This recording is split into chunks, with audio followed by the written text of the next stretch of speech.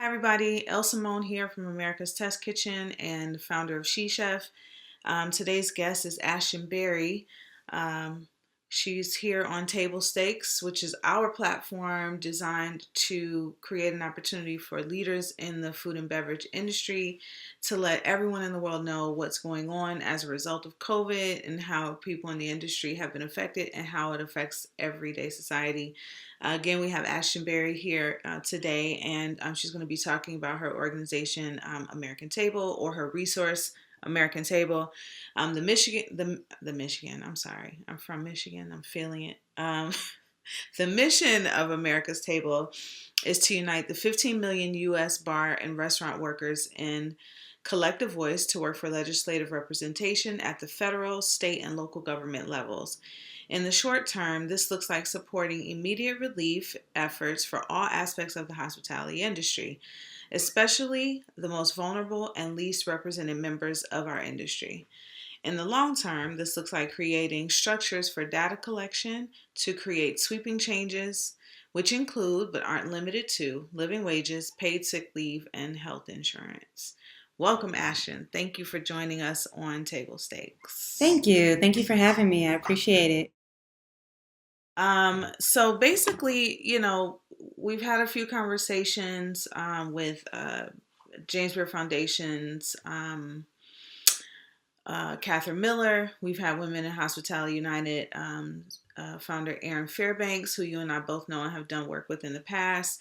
And they all kind of have their own spin or stretch on how they are being a resource in the industry. And like them, you also have a history of finding the most creative ways to support the industry and bring voice to the voiceless. You use your social media platform, specifically your Instagram, quite heavily to do that. Is dedicated to that work.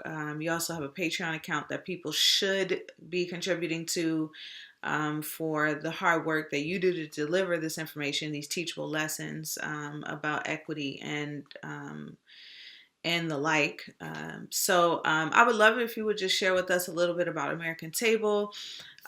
We talked about it briefly a few weeks ago, and I'm sure that things have changed, the landscape has changed, so perhaps even what you're doing has shifted a bit. But whether or not, I would really love for you to tell us a little bit about American Table. America's Table, basically, we kind of saw that relief efforts were being taken care of. And we also knew that organizations like the National Restaurant Association, who have heavy lobbying power, were going to be doing most of the lobbying. And so really what we kind of did was we took a step back and we kind of let the other organizations kind of push forward on their initiatives while we really took the time to go and do some research, speak to some research institutes, speak to some researchers about really what would lay in the foundation for collecting data within the industry look like. Our second point of action, which we've now fully moved on to, we're making a post tomorrow about that, is that we are now going to be fully focused on basically raising awareness about what we are creating, which is called the Hospitality Census, and getting people to understand why it's so important. And so essentially the Hospitality Census is a short survey that will allow us to collect data on laborers and independent restaurants within the industry. There's already a limited amount of data on the hospitality industry as a whole. Most of the data that we have within the industry is actually related to sales, not related to practices or hiring or things of that nature, right? And we also know that a lot of the businesses within our industry, specifically small independent restaurants, don't always work within the margins of like corporate structures.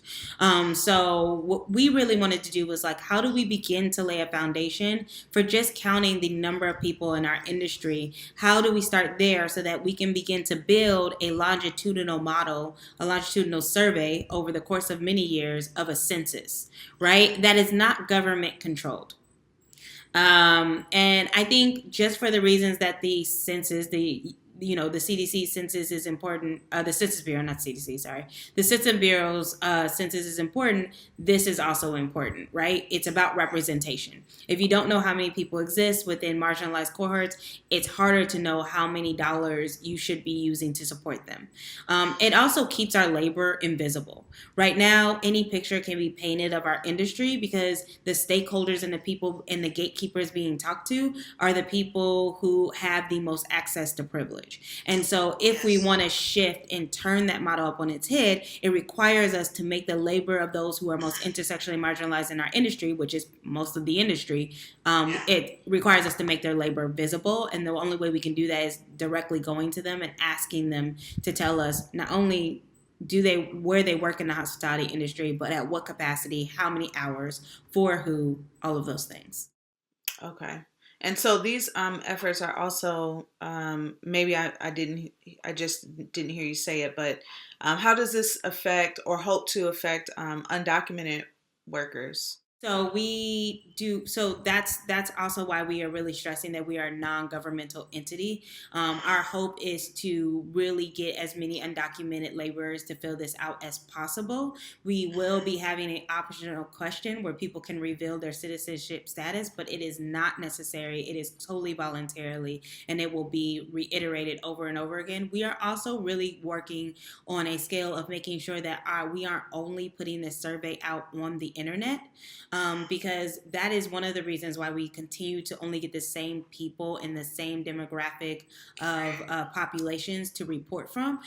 So we are working to make relationships with organizations who are already on the ground doing the work with these communities that are at risk, to get them to fill out this information so that we can get information from them, and not just undocumented workers, but also people who are formerly incarcerated. Mm, okay, that sounds great. Wow. I can't imagine the kind of effort it takes to gather all this information. How many people do you have on your team? I think that's a funny question because usually when people ask me that, it's just me. But I know that it's a lot. It is. So America's Table, the leadership right now is me, Robin Nance, Jamie Cox, and Vinny Ing from Oakland. Jamie is from Vinny Ing is from San Francisco. Jamie Cox is from Oakland. Robin Nance lives in Chicago. Most of the research point has kind of been my wheelhouse, only because I'm a sociologist. So I had the kind of connections, and we have been working with a graduate student from Purdue. We are in talks with we're in talks with 3 different professors at 3 different universities as well, as we are now also building out what does the research team who's going to analyze this data look like afterwards, and what does looking at long-term sustained data collection look like. So yeah, it is a lot of work. Actually it is, but it isn't. It's more connecting the pieces. The actual getting the questions, it's really about what question do you want to ask and how do you want to ask it so that you get the most out of it. Because, the reality is that you can't get all the information that you want to get from a survey. This is a quantitative study that's focused on numbers rather than qualitative, which would be, really allow you to go deep dive. And so it's really about the connections, and most of the work, which is the work that the America's Table team we're really focusing on, is connecting with organizations who are going to assist us with getting the word out and also assist us in getting people to fill this out. Great. Well, tell me, I know that like with most people, when they have a vision of something, they also have a vision of the kind of results that it will yield. Can you just share with me, like, if American Table is as fruitful as you hope it to be, what are 2 significant changes or shifts that you would like to see occur that could actually be the beginning of change or redesigning of a new industry? What are 2 things that you would like to see happening? Really for me, I think us putting, if I'm being really, really frank, I don't think that we can undo hundreds of years of training and conditioning within our industry. in a year, in a month, in 2 years, in 4 years. It takes more than that to get everybody. We also are so fractured as an industry, which is kind of what I've been trying to have a discussion about, but it's been really difficult because so many people's identities are wrapped up in our industry that it's hard a lot of times for us to separate if we're talking about an overarching issue, if we're directly talking about people. And I think a lot of people hear my criticisms and can't separate that I'm not directly talking about individual people. I'm talking about power structures and power systems that we're all complicit in. And I think that for me, if America's Table just pulls off getting this data, that is a huge success for our industry. That is a success. And I know that some people may say, how? How? Policy is built off of data. Data is a storyteller. And right now, there is one organization that controls the data for this industry. They tell the story, right? Yeah. They get to tell the story. And that is the National Restaurant Association, right? They get to tell the story about who our industry is, what are the needs. And we already know that they are a lobbying group. And so for me, that's the most important thing. The second thing that would be really powerful if America Table pulled off is to continue that data collection throughout the years, right? To have a sustainable model for how we're going to host a hospitality census every 3 years. That would be a sustainable model that would make sure that we are able to have comparison throughout the years of what's happening in our industry. That's very true. And also be able to branch out into other focuses in terms of our data collection, right? I think for us, we had to really decide what was most important and really what was the work of Unite America's Table, right? If all of these people are doing these things, where is our labor most going to be beneficial? And the fact of the matter is I would love to, even if we had all of the money in the world, even if the United States government said right now, we are going to give $1 billion to the hospitality industry. Unfortunately, because of the severe inequity we have and biases, it still wouldn't be enough to unhinge the really disproportionate issues that we have in this, not only in this country, but in this industry even further. We have a tale of two tales right now with COVID. We have a tale where people can advocate for their businesses because they can eat. Yeah. And we have a tale where others are just struggling to eat, that they can't even begin to have the energy, the resources, or the time to begin this discussion about their businesses. Very true. Very true. Wow. Every time I have a conversation with you, I have so much to unpack after. When you just think you have it all together and you're like, wait, I don't. I do not. Thank you. I appreciate that. I don't have it together either. I also don't have it together. I know, but you do at least have the strength and the wherewithal to remind us all, we don't all have it together, but if we take all of our fragmented pieces, we can really be effective, Well, there's more to you than America's Table, and I would love if you would tell us a little bit more about Radical Exchange and Resistance Served, so that people have a full scope of who you are and the work that you do. Yes. Well, Radical Exchange is another part of me. Radical Exchange is we actually just had our 1-year birthday. Not too long ago, right before Resistance Served. Thank you very much. This year was our second annual conference. Radical Exchange is growing. I think as a business owner, you understand this, that the business that you start isn't always necessarily the business that it ends up becoming. When I had made the business plan for Radical Exchange, I had the idea 4 years ago, and I made the first attempt at a business plan 3 years ago, 3 years ago. And then I kind of had it sitting there because I was like, oh, the industry's not ready. I'm waiting for this. And then it kind of just got to a point where I was like, you know what? Let's just try it. What's the worst that happens, right? If God forbid fails and you have to start another business, right? That's those are things that happen in business, right? Your first idea doesn't always stick. And so I enlisted the help of Kasera, and who we were really concerned with the way that we had seen all of these beverage and food conferences happening, specifically within the United States. One, I was just frustrated of seeing these quote unquote diversity panels where it was like a mixed bag of different identities talking about their struggles without any ability to have really nuanced and in-depth conversations, because the people who were curating these events were predominantly white, predominantly middle class, and those, they were also primarily constructing content for people who were like them. And so I said, what would a conference look like if you flipped it on its head? And Resistance Serves predominantly focuses on the contributions of Black people and people from the Africa diaspora. But it really is for everyone and for all people of color. That is our goal. And Resistance Serve this year was a labor of love. Woo. But it's a labor of love every year. It's really difficult to put on conference, but it's even more difficult when you choose to put on a conference that has so much emotionally invested from the people attending.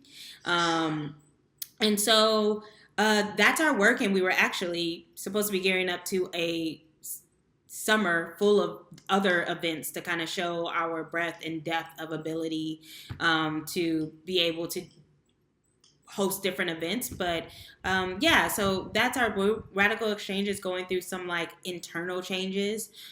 We are shifting to creating a foundation leg of the business, which Resistance Serve will sit under, but will also allow us to do other community related work, which we keep hearing from the people who attend Resistance Serve that that's what they want. And so really just being malleable to our audience's needs and desires. And so, that's part of my work. And then, another part of my work is that Ashtin Berry, me alone, I also do consulting outside of Radical Exchange, which is actually how I kind of like gained a following and a career. Is my work was first centered on harm reduction and sexual assault prevention and gender violence specifically prevention. And I kind of fell into that work because that was training and knowledge I had from a past life. And it kind of moved with me when Me Too kind of really hit its peak. Are you are you still doing that that consultation work? Do you still do that work? I don't do as much harm reduction and sexual assault work anymore. Really, it's a case by case thing. I'll always read for things, but a lot of that is just it's not a lot of people, what they wanted in the industry was for me to come in and to do a training and for them to check a box and say, look, we did our training. We are now a place that doesn't have gender violence. And a lot of places also don't want to do the work to realize that you can't have a conversation about gender violence while not talking about racial violence. The two go in hand. And simply for the fact that Indigenous women exist, Black women exist, women of color exist, they cannot be divided.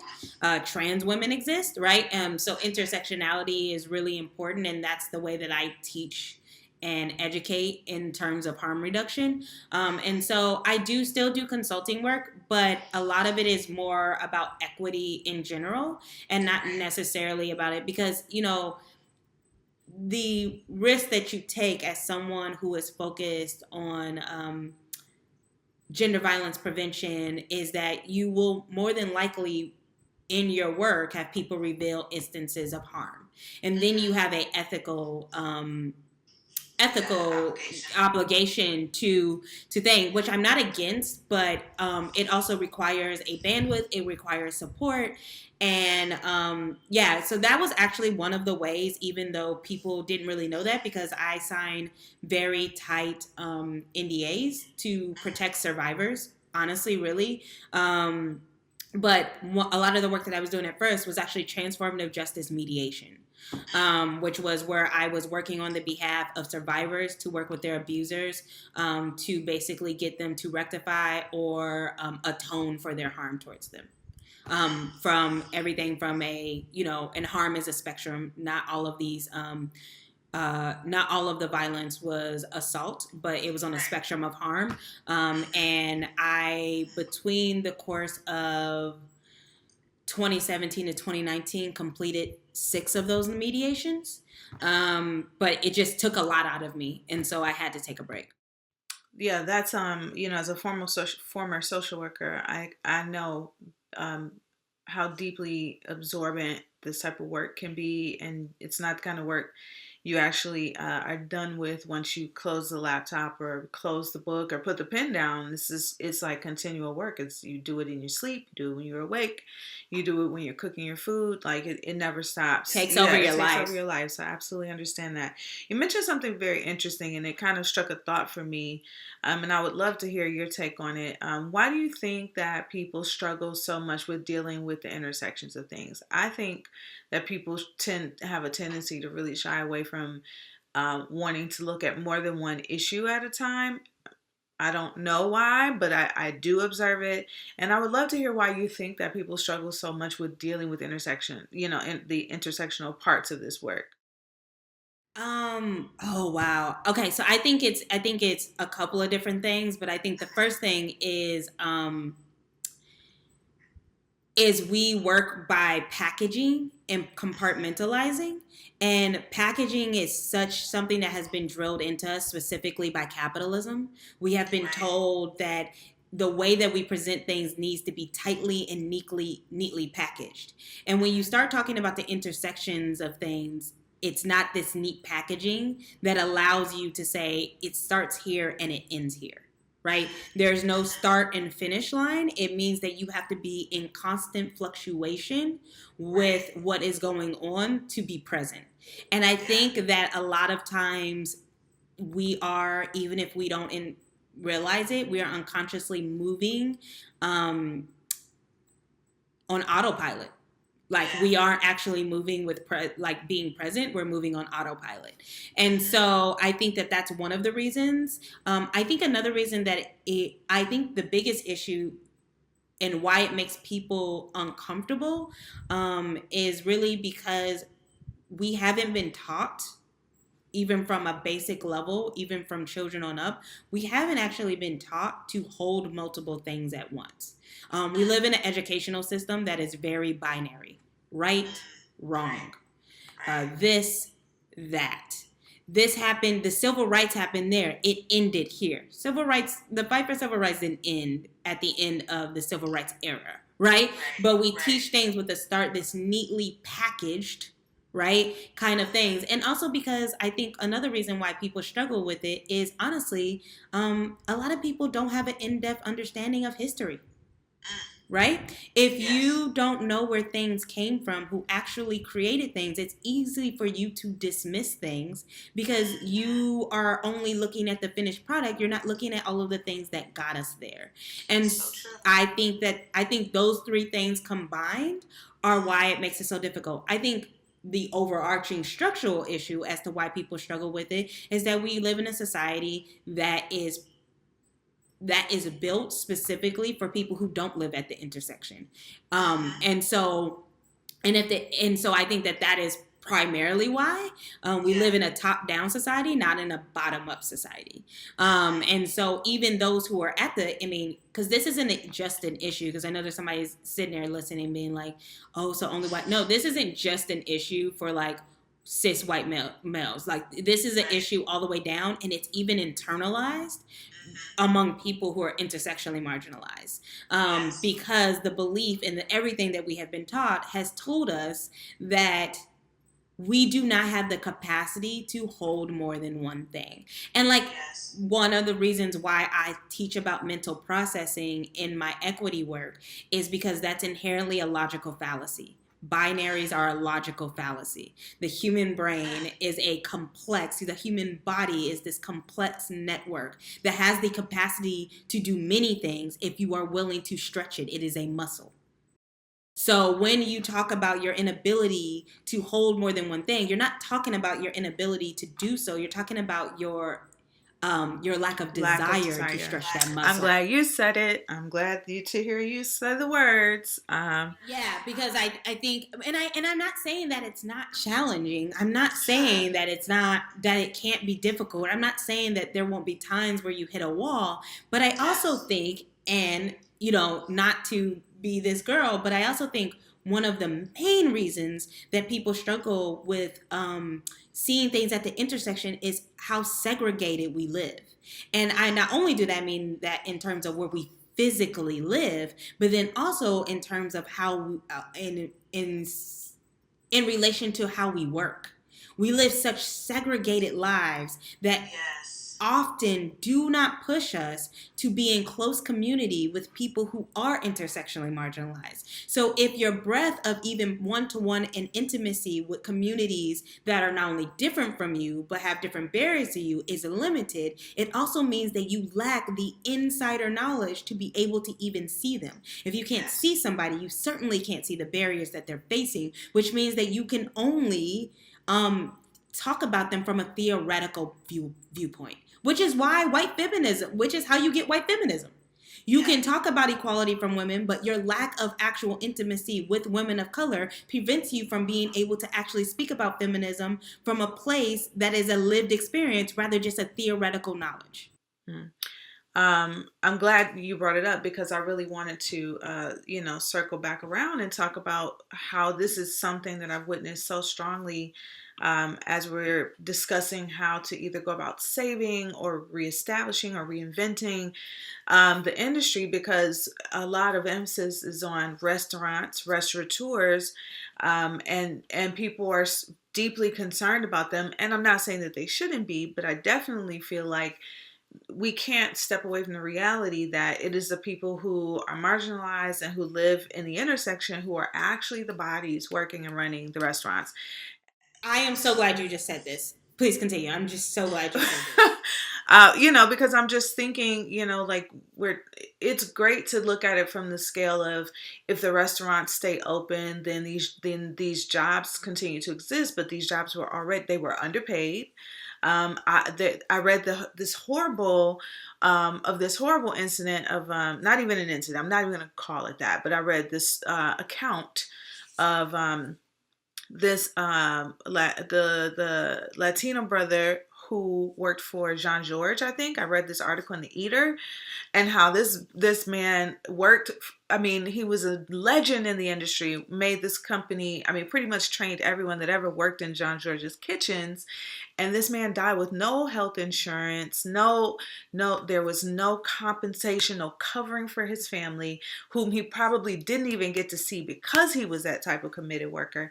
And it's like, why would I want to establish a system that allowed for something like that to happen? And more importantly, if I want to be supporting anyone in the industry, I don't want to support, I mean, this is what I want to do with my dollars. I don't want to spend money in places where money doesn't need to be spent, right?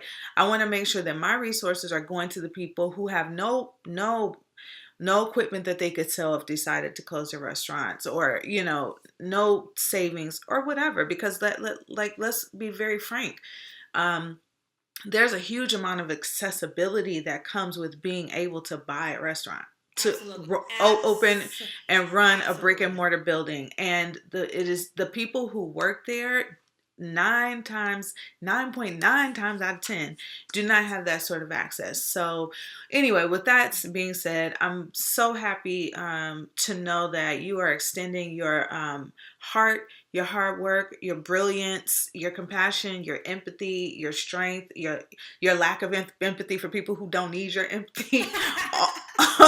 I appreciate all of those things, and I'm so grateful that you came on to talk about Tablescapes.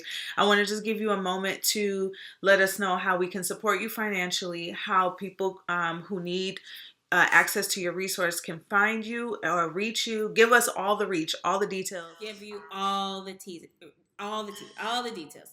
Okay, so you can reach me on Instagram, which I'm very active on, at the collectress, TheCollectress.